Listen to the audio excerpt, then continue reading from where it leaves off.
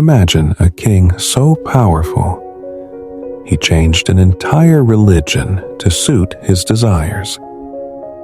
Imagine a man who once inspired fear and awe across Europe, ending his life in filth, pus, rot, and agony, abandoned by love, betrayed by his own flesh. This is the horrifying, unfiltered story of Henry VIII's rotting death. Stay with me till the end. Before the rot, before the ulcers, before the stench, there was a boy named Henry. Born in 1491, the second out of Henry VII, he was never meant to be king. He grew up in Eltham Palace, surrounded by music, books, and games. Tall, athletic, and golden-haired, he was trained in jousting, hunting, fencing, and theology. At 17, he became king after his elder brother Arthur's death. Europe saw him as a new Renaissance monarch, cultured, handsome, powerful. He wore tight-fitting armor that showed his muscular legs. Women adored him. Nobles feared him. Foreign ambassadors praised him as the greatest prince in Christendom. But with power came corruption, and with corruption came decay. Henry's obsession with a male heir defined his reign. Catherine of Aragon, married for 23 years, divorced her after failing to produce a son. Anne Boleyn, executed by beheading for alleged adultery. Jane Seymour died giving birth to Edward VI. Anne of Cleves, divorced after calling her ugly. Catherine Howard, beheaded at 19 for adultery. Catherine Parr survived him. I am God's chosen king. If I must break his laws for an heir, so be it. He broke from Rome, created the Church of England, and unleashed a wave of executions, monastic destruction, and tyranny. His paranoia grew with age. Anyone who opposed him met the axe or burning stake. In 1536, everything changed. Henry was 44 years old when a jousting accident at Greenwich Palace knocked him unconscious for 2 hours. The horse crushed his leg, reopening an old wound from a previous tournament. Doctors feared he would die. When he awoke, he was never the same. His mood darkened, his mind clouded with rage and depression, his leg wound festered, and would never heal again.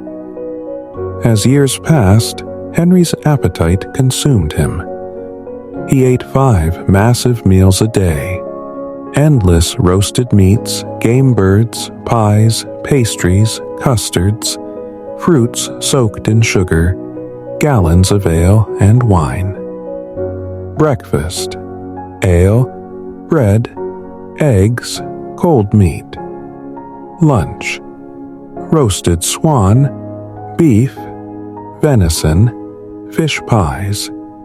Dinner: goose, lamb, capon, rich custard tarts.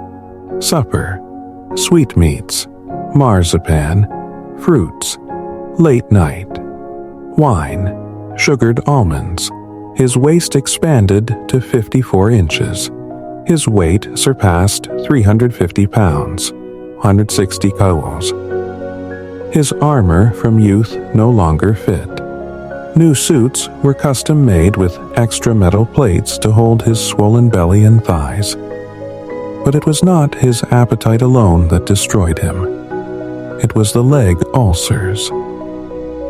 The jousting wound developed into open sores, deep, festering, infected.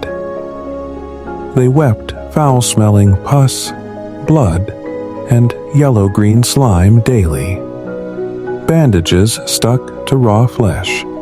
Removing them tore away skin and tissue. leaving exposed muscle and bone. Physicians attempted cauterization with hot irons. Henry screamed in agony.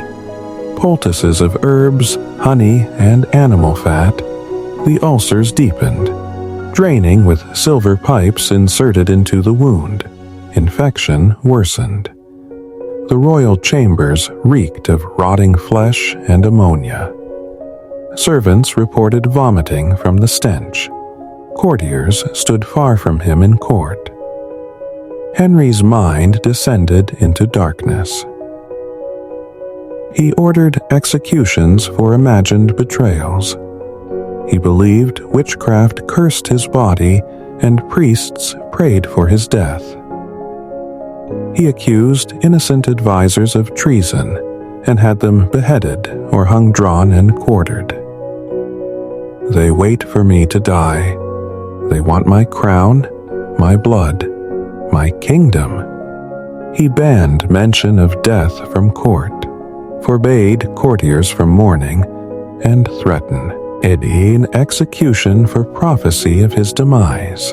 But his horror did not end with death. Henry's corpse was so bloated with internal gases that his coffin lid barely closed.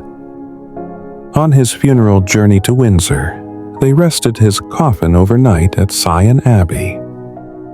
That night, the coffin burst open.